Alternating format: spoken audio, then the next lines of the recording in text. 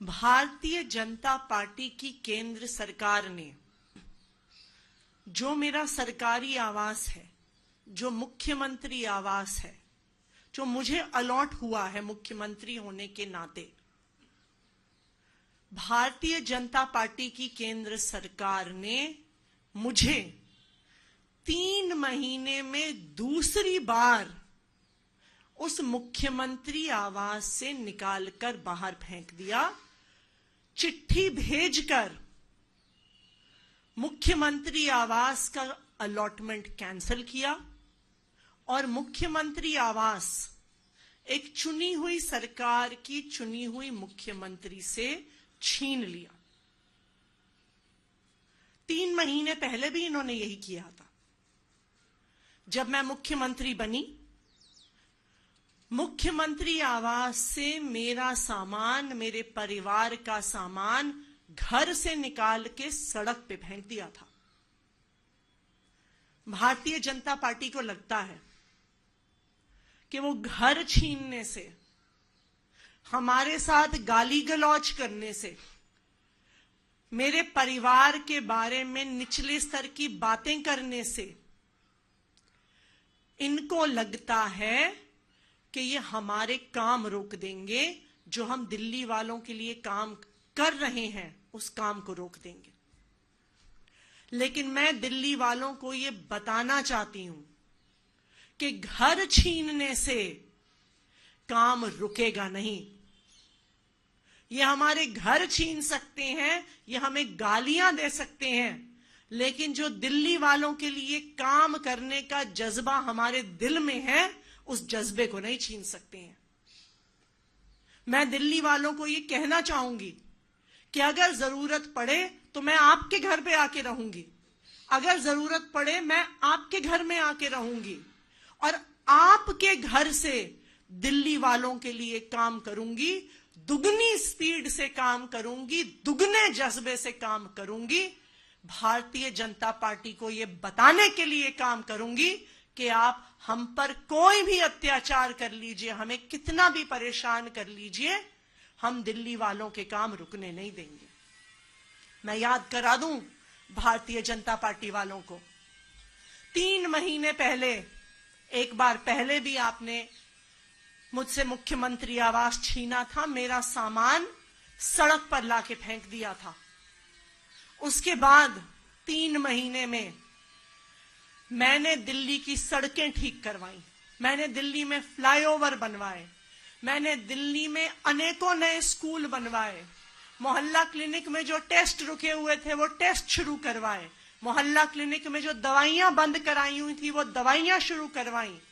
और जो अरविंद केजरीवाल जी ने वादा किया था कि दिल्ली की महिलाओं को 1000 रुपए की सम्मान राशि देंगे, उस महिला सम्मान योजना को कैबिनेट में पास कराया। और मैं आज आपको ये बता दूं कि आज जब इन भाजपा वालों ने मुझे मुख्यमंत्री आवास से बाहर निकालकर फेंका है, अब वो याद रखें, इस बारी जब मुख्यमंत्री आवास से निकाला है, आज मैं ये प्रण ले रही हूं कि दिल्ली की हर महिला को 2100 रुपए दिलवा कर रहूं। बड़ी तस्वीर को देखें तो देखिए, चाहे वो महाराष्ट्र हो जहां पर बीजेपी और एनडीए को बहुत अच्छा एक नतीजा मिला, झारखंड में मैया योजना बहुत निर्णायक रहा, हेमंत सोरेन की फिर से वहां पर सरकार बनी, 2-2 का टाई रहा है। वहीं हरियाणा भी बीजेपी जीती, 2 राज्य हरियाणा और महाराष्ट्र, उधर जम्मू कश्मीर हो और झारखंड हो वो विपक्ष ने जीता। ऐसे में दिल्ली का ये चुनाव ब्लॉकबस्टर चुनाव इसलिए भी है क्योंकि लोकसभा और विधानसभा यहाँ अलग अलग है, लेकिन 10 साल की एंटी इनकम्बेंसी में बीजेपी को लगता है कि इस बार पूरी ताकत झोंक दो। बिल्कुल अंजना, एक मौका है बीजेपी के पास और 27 साल से सत्ता से दूर है बीजेपी। और ये लगता है कि दिल्ली में प्रधानमंत्री मोदी के लीडरशिप में, उनके नाम पे, उनके ब्रांड वैल्यू पे लगातार लोकसभा में 7 की 7 सीटें जीत रहे, तो विधानसभा में क्यों नहीं?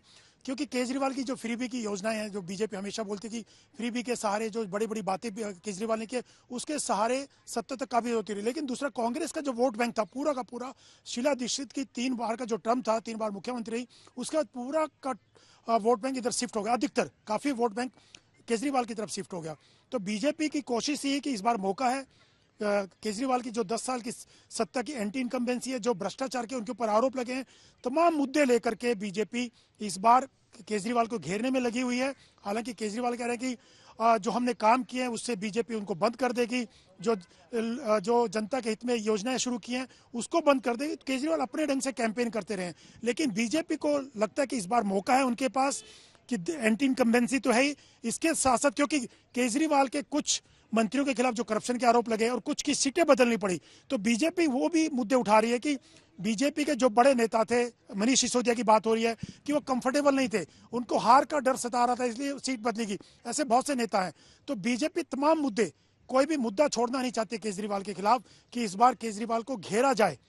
हालांकि केजरीवाल ने जो संजीवनी योजना लेके आए, महिला सम्मान योजना लेके आए, तो केजरीवाल अपने अंदाज में चुनाव को आगे बढ़ा रहे हैं, कैंपेन को आगे बढ़ा रहे हैं, लेकिन बीजेपी भी कोई कसर नहीं छोड़ रही है केजरीवाल को घेरने के लिए। शीश महल का मुद्दा हो, यमुना का मुद्दा हो, जो दिल्ली सरकार की सड़कें हैं उसका मुद्दा हो, पोल्यूशन का मुद्दा हो, तमाम मुद्दों, पानी बिजली की केजरीवाल बात करते हैं कि हम फ्री दे रहे हैं, लेकिन पानी को लेकर ही केजरीवाल को टारगेट कर रही है बीजेपी कि पानी, साफ पीने का पानी नहीं मिलता है लोगों को, बहुत मुश्किल होता है, गंदा पानी आता है पीने के लिए, ठीक पानी नहीं मिलता। तो केजरीवाल के जो मुद्दे केजरीवाल उठा रहा है उसी को अपने अंदाज में बीजेपी घेर रही है। तो बीजेपी को लगता है इस बार मौका है केजरीवाल को घेरा जाए। बाकी स्टेट्स में जिस ढंग से कांग्रेस को घेरा, हरियाणा में कांग्रेस को उम्मीद थी कि उनकी सरकार बनेगी, लेकिन जिस ढंग से कैंपेन किया बीजेपी ने, जीती हुई बाजी, अगर कांग्रेस को उम्मीद थी कि हम जीतेंगे, लेकिन बीजेपी वहां जीती।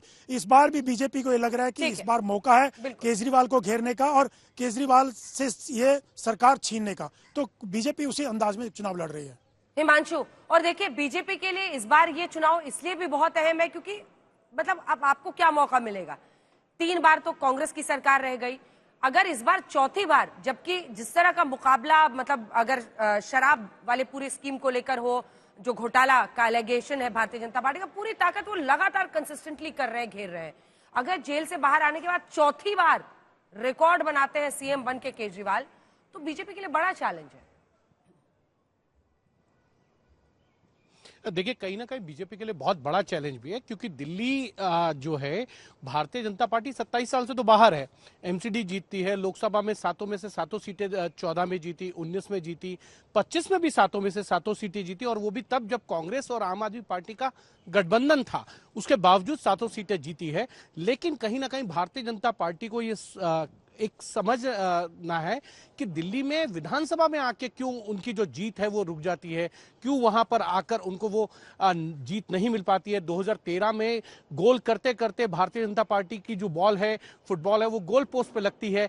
32 सीटें जो है अपने गठबंधन में जीतती है, 1 सीट अकाली, और 31 सीटें भारतीय जनता पार्टी ने जीती थी।